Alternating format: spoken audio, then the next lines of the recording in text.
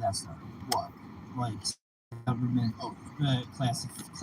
classified, or you need, above top secret. It just keeps going and going and going. Yeah, and then there's another president. Yeah, the black pope and shit like that. Underground, all that. The thing that terrified me though, and you were hitting me with it last night, is the fucking tunnels at Vietnam, dude. Fuck. Oh, did you watch any of that stuff? Fuck that shit. Yeah, fuck that shit.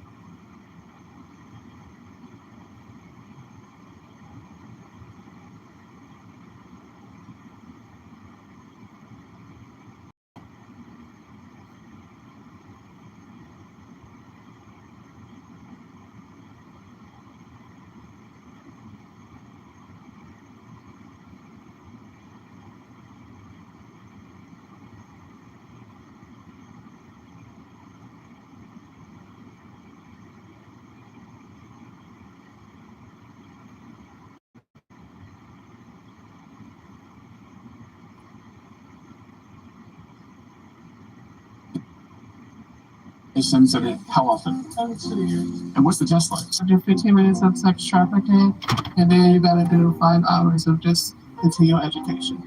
When you say sex trafficking? Okay.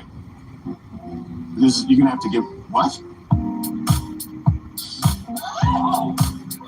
The chasm between white and black Americans is growing wider with each passing day. Our views, culture, general outlook on life are so different that even living in the same community, sharing the same space, is something that's almost unfeasible. At least that's what you'd believe if you're an avid consumer of legacy media. Trust should not be doled out easily to anyone, especially white people. Here's the thing I've noticed, and you can comment if this is the same for you. It doesn't match up at all with my lived experiences, and that's what's inspired me to actually do what the likes of these legacy media outlets refuse to do.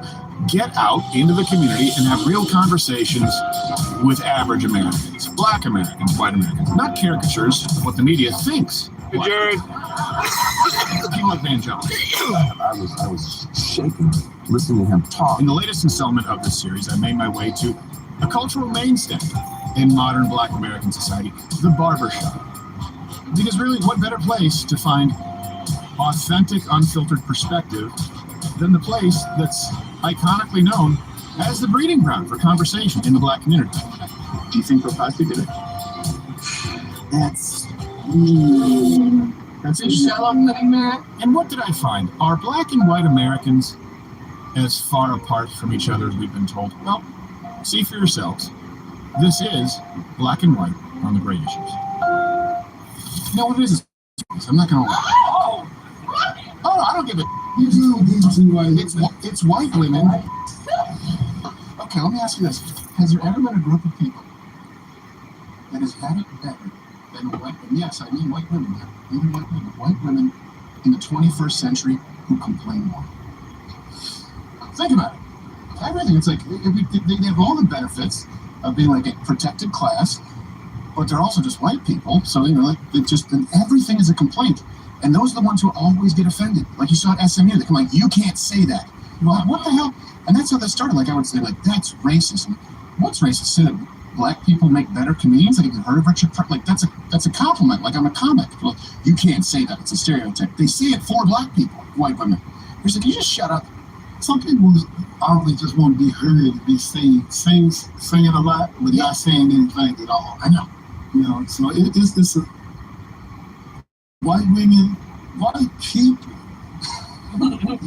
They have it easy. No, it's not like this. I'm not that type of dude. The white people do have it easy, but white women, absolutely, I absolutely agree with you. I'm terrible. What gets me is I've been sitting at a light, downtown Dallas. Yeah. And some people, I walk by, they lock their door. Yeah. It's like, man, I have nothing. I would do nothing, anything to you, but just to be. Well, yeah, they also get to the teardrop tattoo and think that makes you nice. You got to give them that. But I'm not the guy that's unapproachable. I know. That means he's been initiated. Oh, I saw Gran Torino. I know how this ends. absolutely not. What? Yeah, I don't think that's race specific right there. You just see that, and, like, Oh, you shift to the. no, yeah, like I tell you what, if I didn't know Post Malone and I was driving, I would lock my doors. I'd hide my cocaine. Yeah, I ain't got all this shit. But I mean, That's why it makes it stand out more, though, because it's like you're making a statement. Like, did you see this? Because if someone has like a bunch of tattoos, you just think they're a hipster. You know what I mean? But the teardrop, you think like, see, well, because I was raised in Montreal, where the crazy thing is people don't realize, like the biker gangs there, I think it was 116 people were killed in a decade in biker gangs. Like the biker gangs was here, like we won't send the Hells Angels, like we're not going to send anyone out to Montreal. They're incredibly violent because they have the ports that will, everything comes into the ports of Montreal before it gets to New York.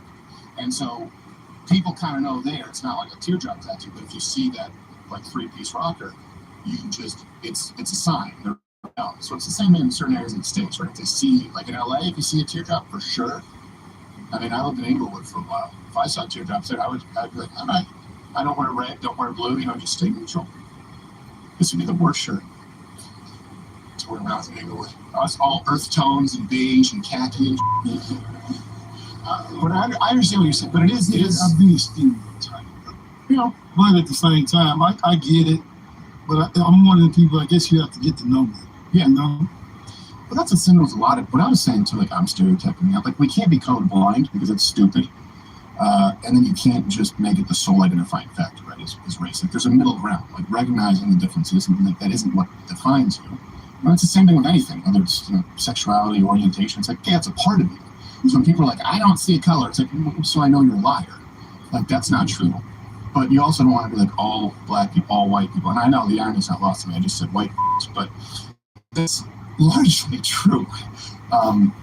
It's a weird time where you kind of have to pick one of these two lanes, and neither one is necessarily helpful. And it really is often, like I will tell you this, my interactions with, generally speaking, like if I hold the door open, and this will happen, everyone will tell, especially if you're like Me Too era. If I hold the door open for a black woman, you just say, thank you. If I hold a door open for a white woman, either they don't say thank you, like I can do it myself. It's like, I didn't mean to ruin your whole day like that. I was just trying, like, what do you think? Do you think I'm trying to sexually assault you, holding the door open? Like, I have better interactions, and this is one of those, that's me, like, I have better interactions, generally speaking, with black women than white women, specifically, just because you can talk and you're not looking for a reason to be offended all the time.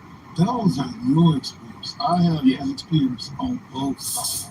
I think that's upbringing.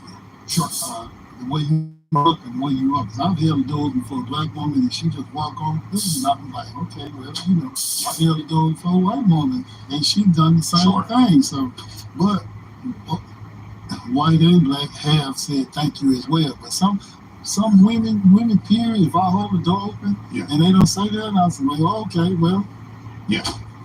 Do it like that. I'm sarcastic. Yeah. What's her name? My name is Maya. Maya? I'm Jasmine. Jasmine, nice to meet you. I won't shake your hand in the mouse and stuff in there. But okay, let me ask you, Maya. If you're just sitting there like you're just going about your day, and a man compliments you that says like, oh, you have beautiful skin, or oh, I like your hair. Does that make you uncomfortable? No. See, most white women answer yes. No.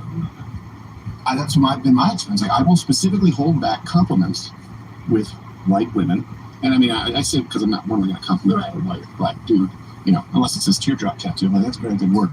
Artists know, but I will hold back because you will get someday. It's a 50-50 shot. They'll get mad, and that's just a thing comes from maybe more traditional views of kind of decorum and chivalry, where it seems like black women, even if they don't appreciate it, aren't offended by it. Like white men they walk on eggshells all the time. Where that's a big reason we want to talk about it. Like, let me ask you this. The CCT. And it's just a statistical reality. Why do you think that 70% of suicides in the United States, 70% are I'm getting coffee. Like, considering because often people think they have it really easy, but it's just they're twice as likely to just off themselves as black men. It's crazy high. I believe sometimes stability is one of the biggest ones, honestly, because they have such a prestige way about wanting to be the upper class, I would say. Mhm. Put it that way. It, like when it's hard times, a lot of people I want to say white, but a lot of times black people come from hard times, Mhm. and white people kind of don't sometimes. I won't say everybody, Yeah. because you have a different life experience. And just from an overall world spectrum, Yeah. it seems like when it gets a little harder, it's hard for them. I think that's part of it. I think that's part of it. I And think the pressure of the family. Because there's a lot of pressure dealing with the family. And it's the man of the house. You know what I'm saying? Not just the man, but the provider. You know what I'm saying? Yeah. I think it's okay. no, there's definitely. I think it's that. I think it's combined with the fact that, I mean, like we talk about sort of like because a lot of like modern feminism is spearheaded by sort of American, maybe Canadian white women, where it's check your privilege, shut up. You're a white man. There's no way you can have anything going on. It's a struggle. Exactly. And they don't have the same community. Like I think one thing that maybe black people take for granted compared to a lot of white people is like this isn't a thing Right. for a lot of white men. And so what happens is they feel ashamed and they feel isolated from those pressures, Mm-hmm. and they just feel like there's no way out. And well, I better not complain because I'm a white man, so I must have it easier than everyone. And it's And that's a stereotype. It's with the pressure as well. You know, you have so much pressure as well. And it seems like that's overlooked. But if you really look deep into it, you can tell that that's what it is. Because even just from the upbringing, most of the time, they're pressured to get the best education, get the best, the highest paid job, or making sure that your family is taken care of. And like you see it in your own home as well. A lot of more people don't see that in their home. So it's a difference, Yeah. unless you make your mind different and want to do something different. do you think it's like because when we talk about the household, like if something goes wrong or they fall short, that it's automatically sort of placed upon the white father figure? You think that pressure looks like it's his fault? Yeah. Yeah, I think that's a big part. But at the same time, but does that, you saying that's not the same in black households? Is more Most of the even? time, it's either in one household, the dad takes care of, or if it is a dad in the house, they might take care of everything, but you hear complaining, you hear different things going on behind the scenes. Yeah. It's not always a happy home. It's just like you see it, you identify it, and this is what it is. Yeah. Either it's at the home, and she's doing everything herself, and or the father in the home, he's always working, and she's responsible for. She works for Yeah, it is a start. Why do you think that is? Do you think it's either like a one parent household? Why do you think? A lot of times people don't want to responsibility. They want to live their life. They might start like God. They want to be a part of it. But then it's like the immaturity. They're not mature enough to really put their lives instead of doing it first. They can be a better person, a better father, a better mother, But if they put their needs first, everybody has a choice. Because I could be a mom and be like, well, I want to take care of my kid. That could be a choice. But somebody else would be like, well, I'm a dad, I don't want to take care of my kid. Make it easy on me, but a mom can't make that easy because most of the time she's the one who's taking care. Do you think it's both though? Because this is one thing when talking with people like you will hear. Obviously, a lot of black women talking about fathers who want to take responsibility. If you talk with black men, sometimes it's like, well, no, wait, I do. But the system, sometimes they don't want me around. Right. And it's a child support and alimony thing. I want to support my kids, but I don't want to support a lifestyle that isn't supporting the kids. Do you think there's truth to both sides of that? There is. Some people take advantage, but the ones who really need it don't. But there's always going to be a group of people who take advantage of that. And that's you see, that's a balanced view, which that's what's quite unlikely. You don't generally see that. I would ask a white woman, but no, it's only the men who are deadbeat sort of losers. And then if you ask a lot of white men, they'd be like, yeah, I'm a piece of shit. They probably, they just take it. They take it. They often do. And that's not healthy. It's healthy. I can't put myself in that man's shoes, but it just feels like the weight is really in a black woman, the weight is really. Yeah, I mean, think of how many songs, right? Come out, I mean, Tupac was all about that as well. I don't know, I can't think of anything like that song, though. I'm sorry, Mom, I'm from M&M, but that's about cleaning his closet and scraping the English. Mom, I'm coming home, it's Ozzy Osbourne, but it's not the same meaning and everything. It's just silly. It's silly stuff. No, it's a good point. Well, what's funny about that, though, too, is, like you said, it's kind of like more nature of what's there. But I would also say that, generally speaking, compared to the black people, both men and women are more comfortable with the idea of kind of traditional gender roles. Like they expect their men to be stronger. Black women, they want stronger men, whereas often like in the white community, it's kind of like stability and being more sensitive. Yeah, like stability, sensitivity. Everybody does, but that, I mean, even look at all the athletes. They're not with their culture. They're another culture, right? Yeah. Because they grew up wanting stability. They have nothing in common. Right. They don't speak the same language. Yeah. But and some athletes just beat the shit out in the elevator. That's because they're weak too. Yeah. UPS store, Monroe, Michigan. All right, I'm setting destination to the UPS store in Michigan, United States. I think it's something that's lacking just in general, like the idea of being a strong, because it doesn't mean that it's, in my views, sexism, so a strong male figure, like a masculine role, and a strong mother female role, but you complement each other.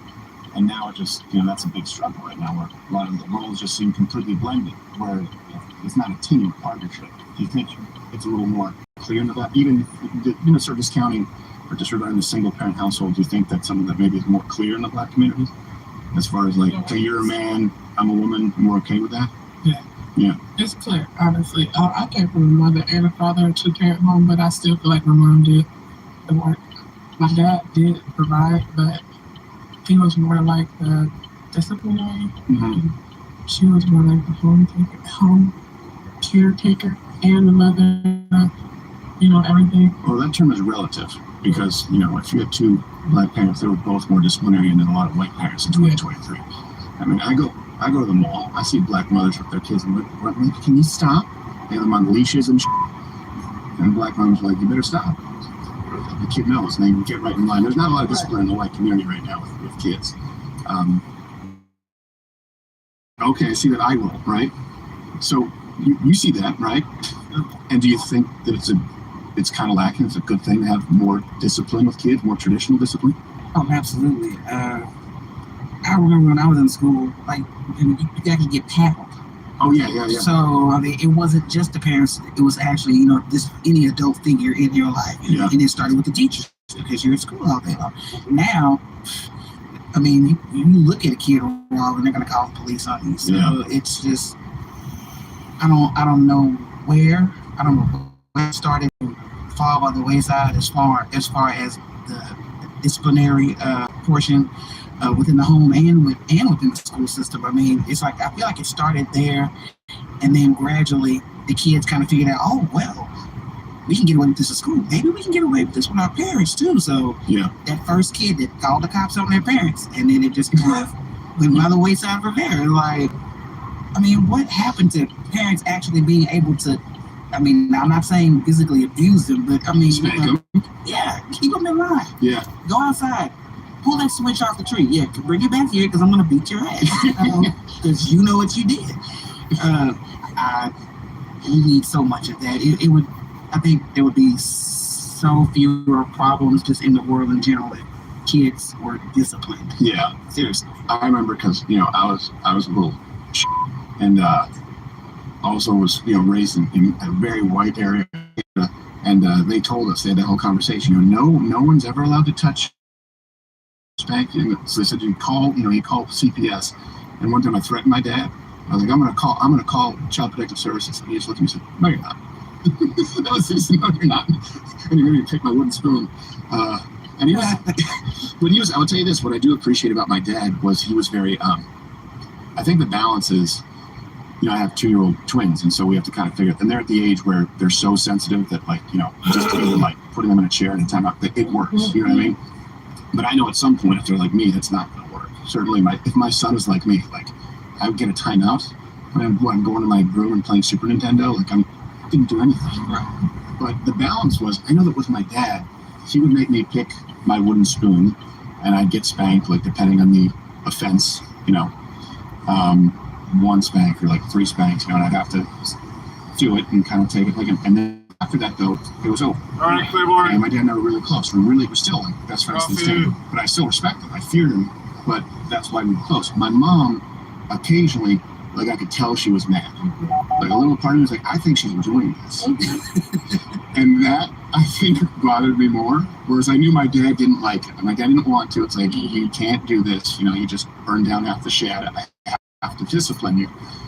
Whereas my mom, like, don't talk back. Well, she's French Canadian. She's like, don't talk back to your mother. And like, I'm like, oh, this is gonna sting. But not that either of them ever like crossed a line. But yeah, I think as long as it's not done in a way that's like an emotional thing, it's just this is a consequence thing. And now And explain exactly why you're doing it. You know, I love you, but you've done this. This is the consequence to what you have done. Yeah. But just let them know I still love you, but I gotta do what I gotta do. Yeah. Do black parents do soap in the mouth?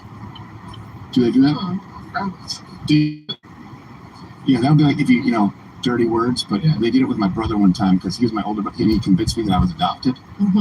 Not everybody does that. My brother did that. My little sister, everybody crying. No, he like convinced me I was adopted. He really did. And they go like find my parents, like he helped pack my bag, you know. That's what it is.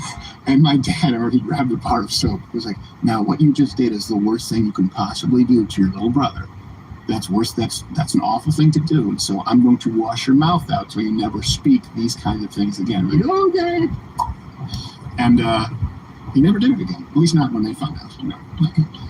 But yeah, and then it definitely is. I would agree with you on that. And it's just like if I were to say this, like you were just talking about, say this on campus with predominantly upper middle class, like white people, particularly women, they'd be this right here would horrify them.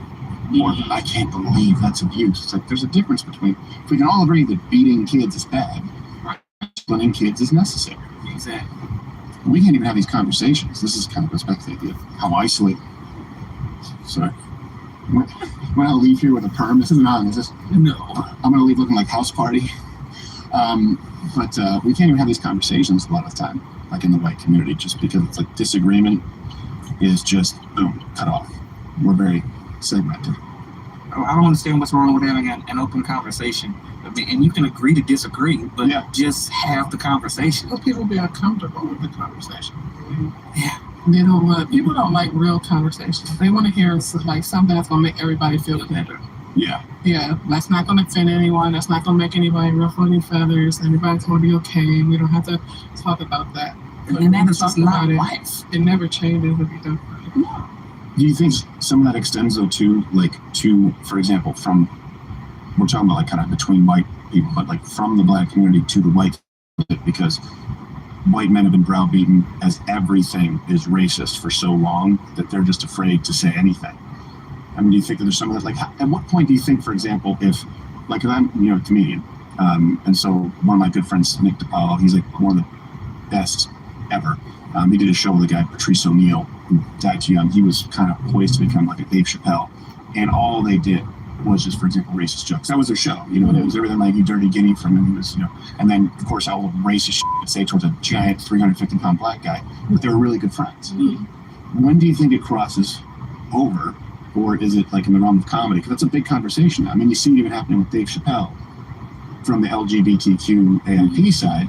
But that's kind of something we've seen from white black for a long time. There's this policing of entertainment and of comedy. Where do you think that kind of ties into an open dialogue? I'm not even really sure. I don't listen to a lot. I don't really listen to a lot of comedians. But I always hear the fallout. Yeah. I hear the afterwards. Yeah. So. How about that NFC North? That's their form of expression. So Lions and Green Bay both won. So nice to see Dallas get their asses kicked. It's up to you whether to sit there and listen to it or not. Yeah. Because somebody can get offended, but you know what he might talk about, what she might talk about. If you're through there and you get offended, you got a problem. Yeah, they're human, just like. Oh, look at this. It's a laugh. So if you're not going to laugh, you should be there. Yeah. What do you think about like people saying like that was a racist joke, so this guy needs to be banned? Well, no, it's you shouldn't have had to the show. And you have to ban Everybody them. just sign a waiver when they get their ticket. Yeah. Like, this might be some offensive, like, you know. Yeah. So you have to ban like 90% of black community. It will make everybody make their own decision whether they want to show up or not. Yeah. No. Yeah, that's right. But that's not what we're really seeing. Like the problem is now they're trying to say, oh, hon, I don't like what this person said. So no one should be able to go and see it. Well, yeah, that's like Dave Chappelle, the other venues. I mean, I got in trouble. It's just they're like, oh, you can't because it's do impressions. I do impressions of black people, celebrities. At what point does that become appropriation? Like, so it's okay to do an impression of Donald Trump, but not Cat Williams? Like, does that seem like is that some people try and say now that doing an impression of a black person is like blackface? I was just about to say that is totally not the same thing. If you like white people can get like, Yeah. be fun. Yeah, oh yeah, every time every black comedian's white guy releases like this, and we're like, you don't sound like that, but it's fucking So what?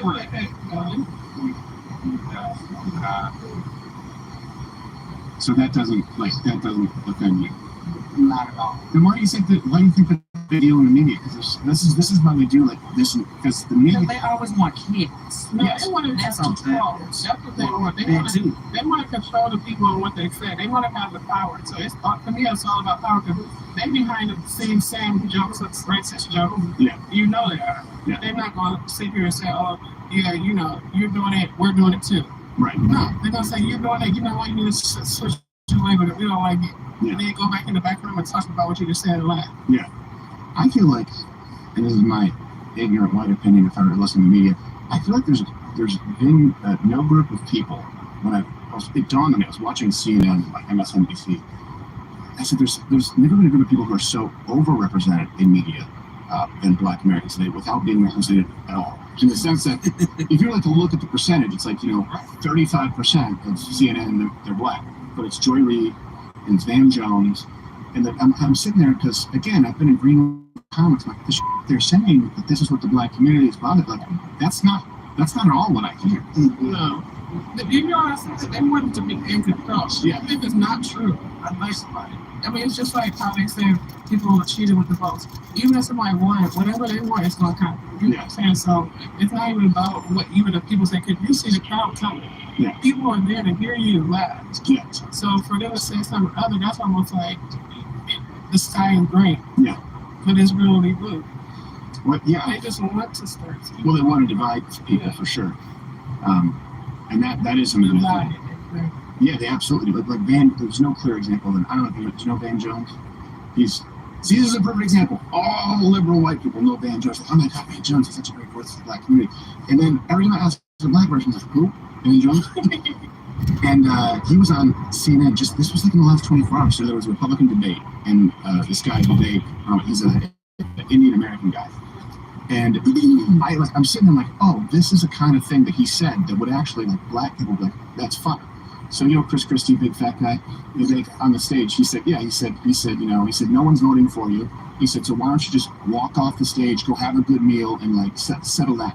I was like, yes, exactly. And Van Jones, the CNN, he's like, I was so offended by this, I'm literally shaking. Like, I can't imagine can you imagine a black guy saying that here? Like, you were shaking that someone told a fat joke to another dude? Right. God, yeah, no. And they're probably looking at them crazy. Like, really? Yeah. I think it's trending right now. Right now, Van Jones like, this is ridiculous. He's like, I was shaking, I was so offended. Like, I can't tell you, like, comics, if you go into a ring room, like, you put on a few pounds, even black people, like, you fat mother, like, that's a freaking, like, it's right away. Like, I think that's why there's so many good black comedians, too. Like, when people talk in affirmative action, there's one place you don't need it. First off, I think that's racist, saying we need X amount of black people, we need X amount of women, X amount of white people. But if you look at like the top 10 list of comedians of all time, top 5, everyone's going to agree on Richard Pryor's, the Eddie Murphy's, What up, man? Dave Chappelle's, right? Like there's a huge percentage of black people. Now, no one said we need this amount of black comedians. I think a big part of it comes from just a culture of talking, of busting balls, like for sure. Like they're okay making fun of each other.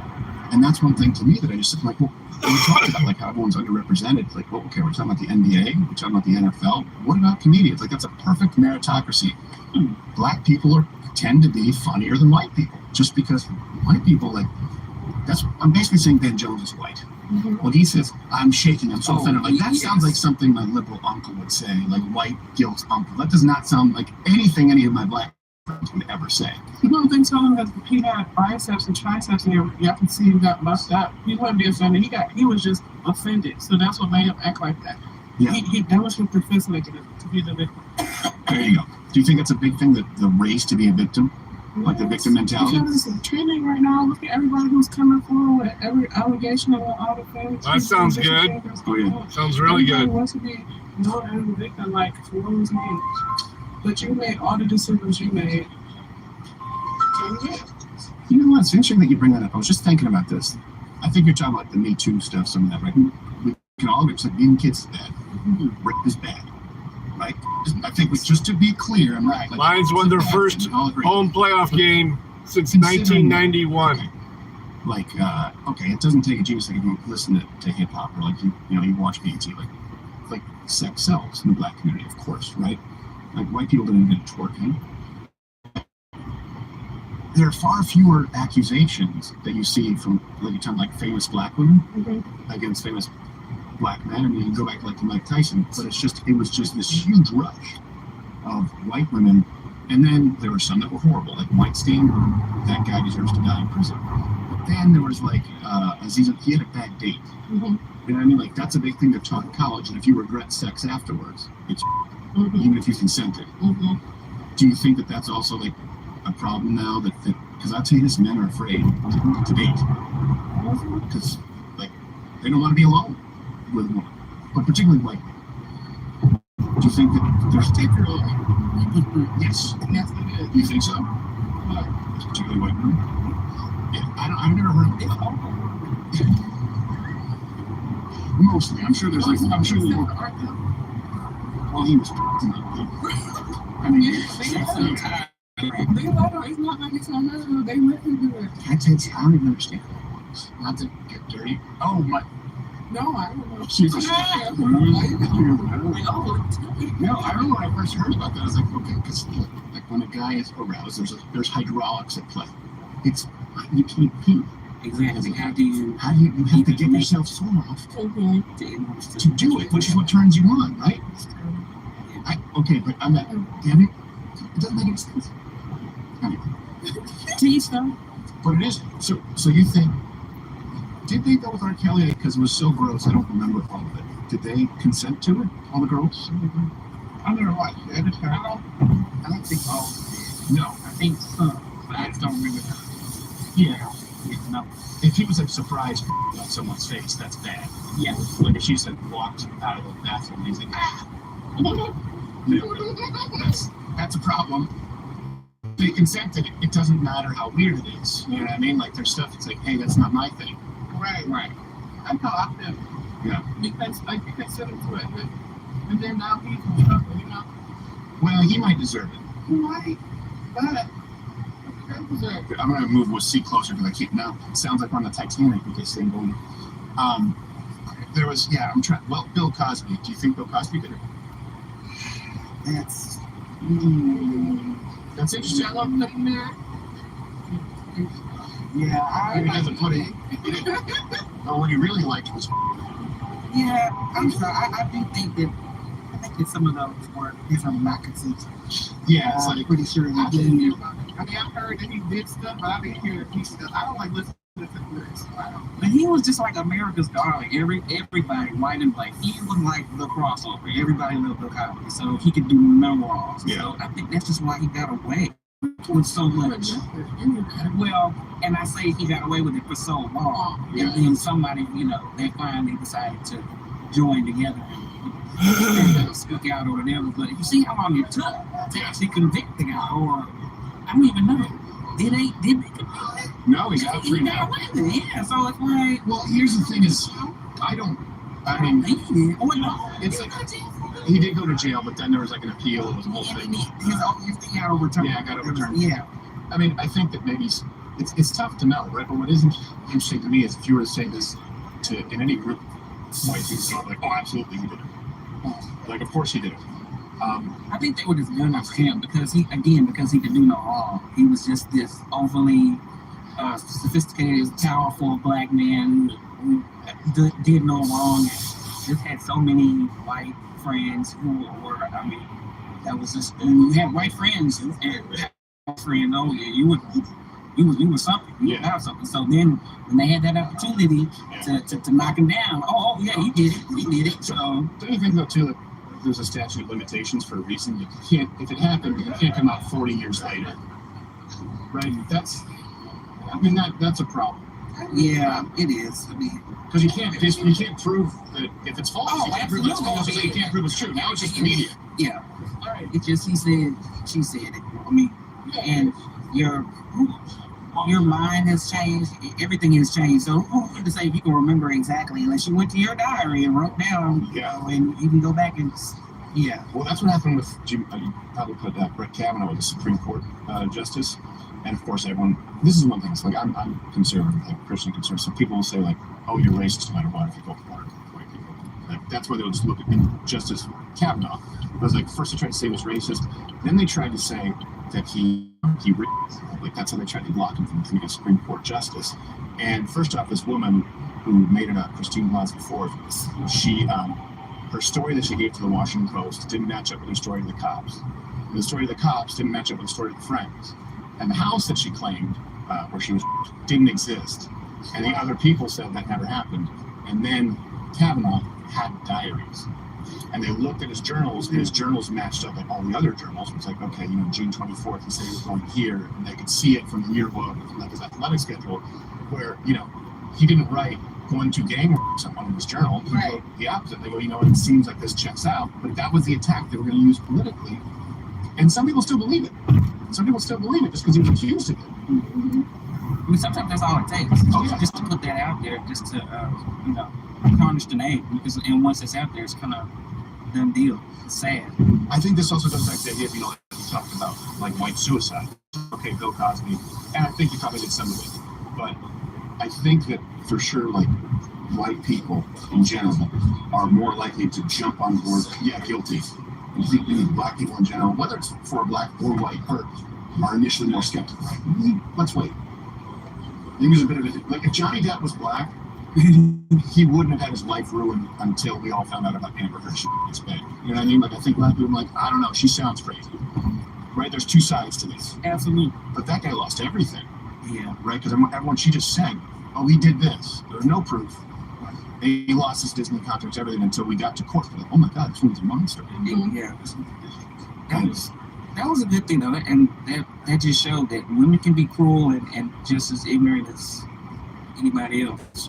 Men. So, yeah, just to so I was actually very happy. I'm like, wow, she said all that. And that's another problem that I feel like men are hesitant because women lie so easily about whatever, and they believe it. You know, and everybody, oh, because she's the weak, you know, one, and he's the, you know, the more dominant one. That's not true at all. That's not very stereotypical. So, yes, I was very happy. I also think that it's funny to say, but like black people as a community tend to be more forgiving than white people in a lot of ways. Like in other words, okay, Johnny Depp, he obviously had an alcohol problem. I mean, like, so okay, you can be a drunken weirdo and not be a domestic abuser. You know what I mean?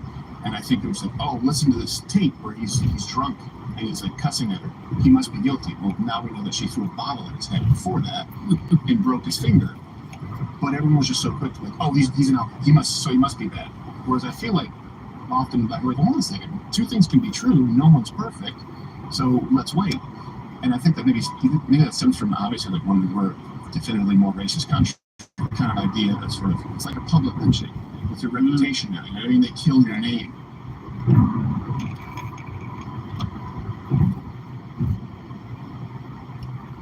Yes, because I feel like black people, honestly, they have to be convinced. Yeah. Do you get what I'm saying? No, I think, yeah. That's why they follow trends. They have to see it first. You know what I'm saying? Then they get it. Everybody doing it. Then it's like, okay, I'm doing it. Yeah. So the same way. You gotta go to UPS store first. Like that, you know, they want to hear the whole story because most of the time you are so right because they low temperature.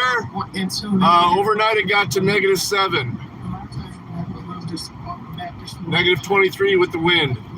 Yeah, they'll go right to he must be dead. I mean, think of that. Well, we're all the way up to 10 degrees today. He did I think, especially after you wrote the book, if I did it.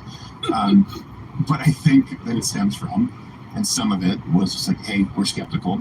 Just because the famous black man, where we could just be trying to effectively, I use the term lynch him, meaning like destroy his reputation. And that's that's a lot of scenarios where I think there probably is today more value in that because people are so quick to just use the term cancel.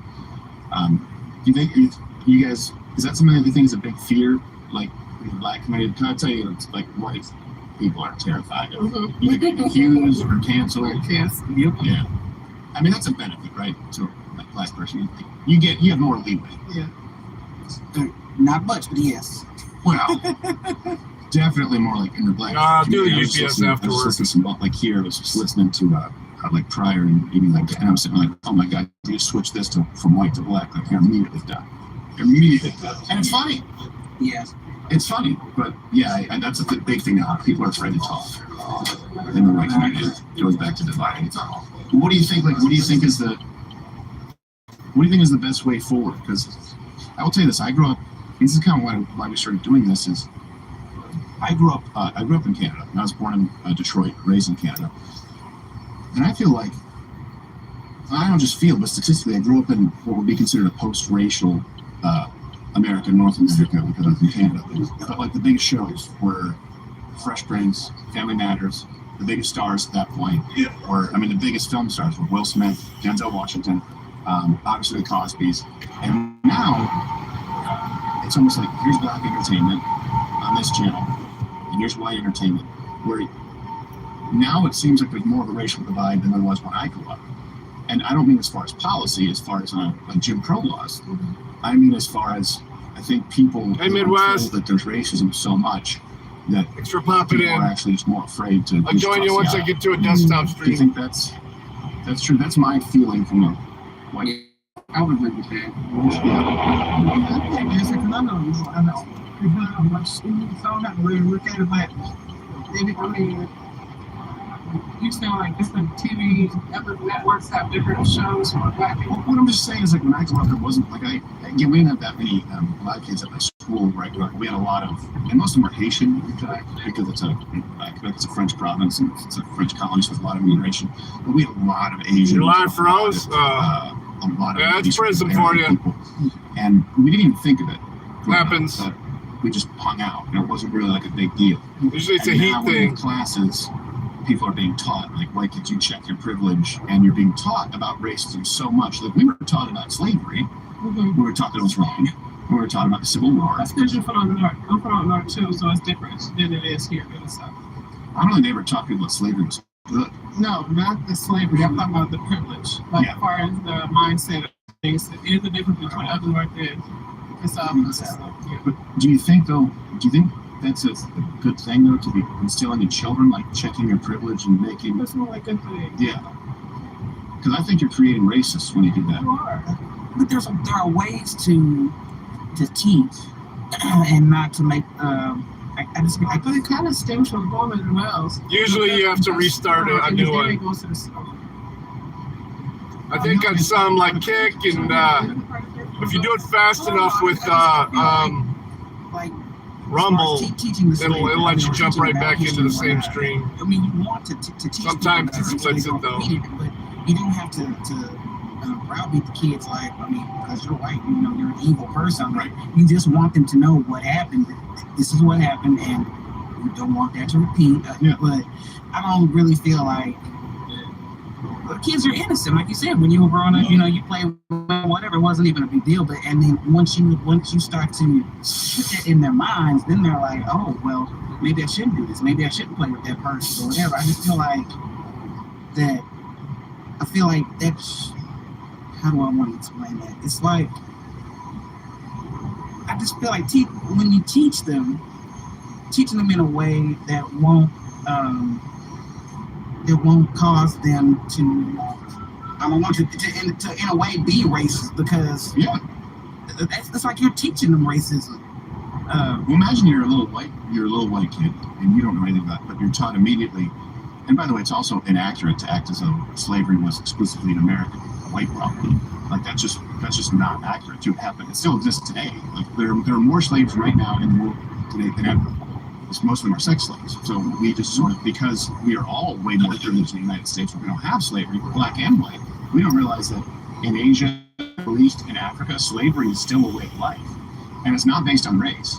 It's based on whoever you can subjugate, you know?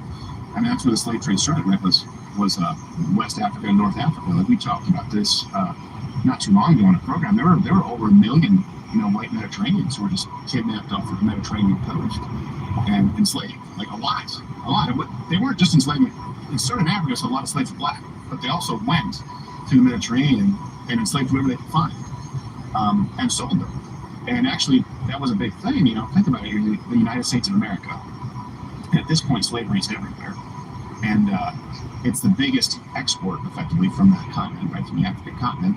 And you want to end it, you can't at that point, because everyone took the bloodiest war ever to end it. And largely white people, but white and black people fighting hand in hand. You know what I mean? Like, everyone makes mistakes, but to then instill into, and I see this, and I'm worried as someone who has young kids, white, where I don't want him to be made to feel guilty for something he had nothing to do with. Because I know that if you tell him, hey, you're basically garbage because someone did this hundreds of years ago, That's the problem. that's going to create more racism. Exactly. Yeah, that's a problem. Yeah, I'm talking about, in school. If you do that and you say, hey, you need to, you know, atone for the sins of your great forefathers, like, all of a sudden, as opposed to being that kid who's hanging out with people of any race, watching people of any race on TV, you're going, oh, there's a separation here, and I must have done something wrong because I was born white. And we see that now, where there's definitely, I do think racist sentiments have gone up, just not in the sense that they support slavery, but just people are afraid to talk. And that's something that we run into quite a bit. So it just seems like there's got to be some sort of a middle ground, though. Yeah. You know, but finding it. That's the finding that sweet spot of actually just teaching about history, but not, again, making a person feel like trash because their forefathers, whatever, you know, did whatever. I mean, well, we're all human. We all make mistakes. It's like if we all taught real history. Yeah. I mean, I think we would all give each other some grace. Well, I think you're right. And I do think that, you know, since public education, which has been a huge failure, by the way, on all fronts, white and black, but it's been largely run by white people. They've done kind of what you were talking about, divide people and try and say, hey, hold on, look, we're going to give you this black community. We're going to do affirmative action. We're going to teach about slavery, and we're going to make it all, like 75% of Southern whites owned no slaves. That's a huge, huge majority, right? It's very small. And by the way, there were black Southerners who owned slaves too. So when you do that, first off, it's not honest. And then you create a division that is just going to perpetuate more racism. I tell you what, I do see it with younger people now, more than I saw it in my generation, where they're either just completely guilted and they're afraid to talk about anything, or they go, you know what, screw this, screw it. I'm not going to be made to feel like I'm racist just because I was born white. And that's not good on either side. No, both situations are bad. Yes. Nobody's talking. And it just creates more divide. It's sad. And public education is terrible. It's awful. It's a real problem. And no one actually wants to fix it. It's not a money problem, too. There's plenty of money. It's just, it's not going to the right place. Yeah, it's going on with private schools. I don't know if that's the answer either. I know plenty of kids that were private. They went to private school and they're just as screwed up as the people who went to public school. Yeah, well, that happens too. You know, sometimes ugly things happen in pretty houses. A lot of people think if you're wealthy that you must not have problems, but it just comes with different problems in a lot of private schools. But we talk about public education, the idea of school choice, which just means now, let's say you average in this county, let's say it's $15,000 per student, right? Is what we spend in tax dollars. If you just average out the number, one of the solutions that's been proposed out there, and I always talk about this, right? But I don't know how anyone can disagree with this, is rather than just send the money to the school, where they get it no matter how they fund, is attach the money to the student. Meaning, hey, this is how much we spend per student. So this student has this credit to take to any school that they want to. If the parents want to drive them, if they want to get on a bus, or if there's, here you have so many schools that are close together, right? Sometimes you're closer to the school you're not supposed to go to because the county lines, just we're going to tax that to the student, and all of you schools, public schools still, you have to perform that. Because if you don't, they're not going to go to your school. That's a solution out there that just seems to be, it doesn't change the funding at this point. I'm not even talking about changing the budget.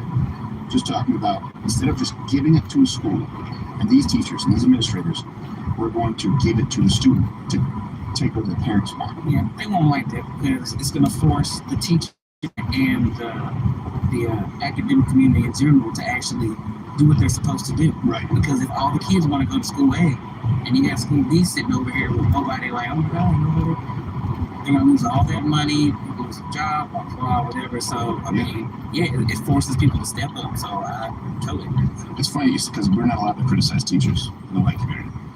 They're like, the teachers, you mean the true heroes? It's like, I kind of thought those were firefighters. Well, I think the role of the teacher has changed dramatically over the past decade or so, because now they're training teachers out of shooting class, and I'm just like flabbergasted at how different it is to actually just be an educator or even be a student in this day and age. Just having drills, you know, for shooters, active shooters, and all this crazy, I can't imagine. What do you think on that? What do you think about having people though at schools like not only armed guards, but if teachers are qualified to be able to have a locked firearm to protect their students? I think it's a good thing. I think it's a really good thing Huh? because we have seen in various videos that have surfaced that security guards aren't all that qualified or do the appropriate thing. Right. Yeah, look at Or Uvalde. actually run the opposite way Yeah. when things happen. So yeah. Yeah, that's what the Uvalde thing was just. That was, it was the hair on the, like, I was filled with rage. Yeah. Like, oh, well, we can't, it's a risk. It's like kids are dying in that room. You signed up to be a police officer. It's not just to give out speeding tickets. This is what we paid you for. Yeah, no, that's something that's been proposed. People say, oh, that's encouraging more shootings by allowing teachers who are, again, we're talking about teachers who want to have firearms. Right. Trained. Not making it Not- mandatory, yes, of like, course. Yeah, no. No, you don't want to give a gun to somebody who doesn't. But if someone is a teacher who's qualified and has a permit, and anytime they're outside of school, they're carrying a firearm or they have one in their car, why wouldn't they be allowed to in their profession? They're allowed in a lot of other professions. Of course, it has to be locked. Of course, you have to have, just like everywhere else, you have to be responsible. But I don't think we'll see that in our lifetime because it's a pretty cost-effective solution to start with. It's not the full solution, all right, but it's a step. It's not going to happen. I mean, it'll maybe happen in some municipalities, but see, this is the thing. This is why these, like, I tell you, I go on campus and I talk with kids, or if I have a debate on air with some, like, they act like all of this is crazy, but we all disagree on it. Like, you can't have teachers guns. Like, why? Why not? Like, Everybody else has a gun. Why can't they have one? Yeah. If they choose to. Right. Yeah, especially too, like, I think a big problem too that in my generation was Black Lives Matter, and then the police kind of thing. And I will tell you this, not a fan of certainly the organization Black Lives Matter. I mean, kind of odd, the woman just bought like her $30 million house. But I also didn't say just back the blue, period, because there is corruption within the police force. Now, I don't think that the biggest problem with the police force is, just pulling over black people and them being racist. I think the biggest problem with the police force is, like you talked about, the teachers, where it's not performance-based, they're not trained properly, and a lot of them abuse their authority. Like Uvalde wasn't a race thing. No, that was a police problem. And if we all just said, okay, we can all agree on this problem with the police, as opposed to making it just a race thing right now, like, let's start with this, and instead what happened right away is we go right to racist police, and it's like, well, then you just divide and the conversation breaks down. And I think police officers have a tough job, but there needs to be some reform. The people that have it worse actually are black cops. Like my dad's from Detroit proper, the worst city in the country. Take the worst area it's out there. It's not even close. The house he grew up in as a kid just sold for $8,000. Full-size house in downtown Detroit. Full-size house. Yeah, he grew up in a very, very bad area. And black police officers in Detroit, they'd have to drive them home in unmarked cars because they were being killed in such high numbers during the Detroit riots. Think about that. That's got to be the worst job in the country at that point in time. What do you think we need to do on that front, like, as far as police reform?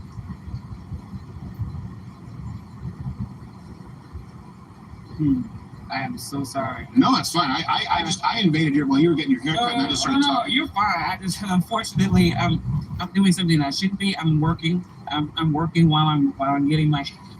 You're doing something you shouldn't be? Oh, I thought you said doing something I shouldn't be. I'm selling crack. Yeah, no. And matter of fact, I don't have to be on that. So I was just making sure I wasn't missing a meeting. Ooh, anyway, now I'm sorry. What was your question? Okay, if you're white, I would say selling meth. But heroin bridges the great divide. Both black people and white people have heroin, so let's just all take some heroin and we'll sort it out. No, police reform. Like, what do you? How do you think the Black Lives Matter thing? I say thing because there's the organization, and there's the idea that okay, justice, right, and make sure that the police. How do you think that overall affected, not only black but relationships between the white and black? I think it does help divide. I was just about to say the same thing. If Black Lives Matter, I'm black. They do matter. But all life movement, and I know we have been through some things, but everybody's generation has been through something. I feel like that. Sure. And I feel like God created us all equal, though, no matter what. Yeah. He looks at us. He don't look at black guys, white guys, Chinese. He look at us as a whole. Right. So when I see stuff that divides and it has pride for it, it always pride for it. Yeah. So therefore, anything with pride in front of it, it's never going to be sustainable. It's always going to be surface level stuff. Yeah. It's never going to be like really deep because nobody wants to go deep. Right. Yeah. Yeah. So you wouldn't say that it's racist for someone to say all lives matter. No. Oh, well, see, you have no idea. You have no, like the Van Jones, exactly. These people in the media, they would say that's a dog whistle, meaning it's coded language for white supremacy. If someone, well, yeah, I think Black Lives Matter, but I think all lives matter, and say that's racist because you're telling black people that their lives don't matter as much. Well, no, I'm saying all lives matter, but to start with, it implies that only these lives matter. And I got to tell you, I've only heard that it's racist from white people. You just said the phrase. I've literally been told that is racist. And I said, of course Black Lives Matter. But of course all lives matter, not just black lives. And like, that's racist. Mm-hmm. That's because that's what people want to hear. That's what they want to hear. Yeah. Some people say. It's like say everybody knows their little else. You're going to be persecuted. Yeah. Oh, even blacks. Oh yeah. What? No, you're black. Why? How could you say that? Because there's all lives on this earth. Yeah. And they all do matter. What do you think is the biggest like misconception that white people at large might have about the black community? Ooh.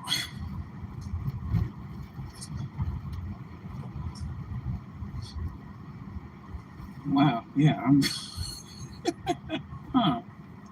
Well, because you hear people say like oh, they stereotype her. So that seems like a place like, what do you think is the biggest maybe thing that white people get wrong about? I'll tell you what it is, the black community, using this term, right, I understand like loosely, is that we already touched on that, the idea of like white privilege, that all white people must have it easy, or that there's no, there isn't a struggle, because there are a lot of different kinds of white people, just like a lot of different kinds of people.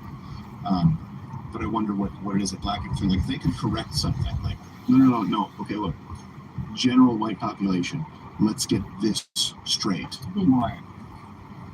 Huh. I'm trying to think of one thing that really sticks out that white people get wrong. I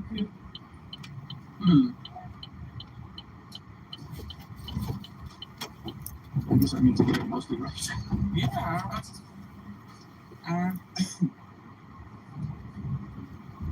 No, there's. I would say that we are always looking to how do I want to phrase that? Well, or maybe that most black people are afraid of white people. I don't think that that's true at all. Yeah. I think just because of everything that's happened, brutality, racism, blah blah, whatever. I feel like a lot of white people feel like, or that we're angry. Yeah. The angry black person. Yeah. We're not angry. I don't think. Or that we all live off the system. Right. Mm-hmm. Yeah. And a lot of white people live off the system. Yeah. But we get stereotyped as the ones who are so poor that we live off. Everybody just have babies and live off the system. Yeah. So many redneck white trash people. I shouldn't say that. But yeah. We are not the only ones. Like if you go out to the office, you see a majority. 36. That's right. All right, guys. Thanks for riding with me. I'll see about going live when I get there. If not, I'll do it tonight. Thanks for riding with me, guys. Have a great day.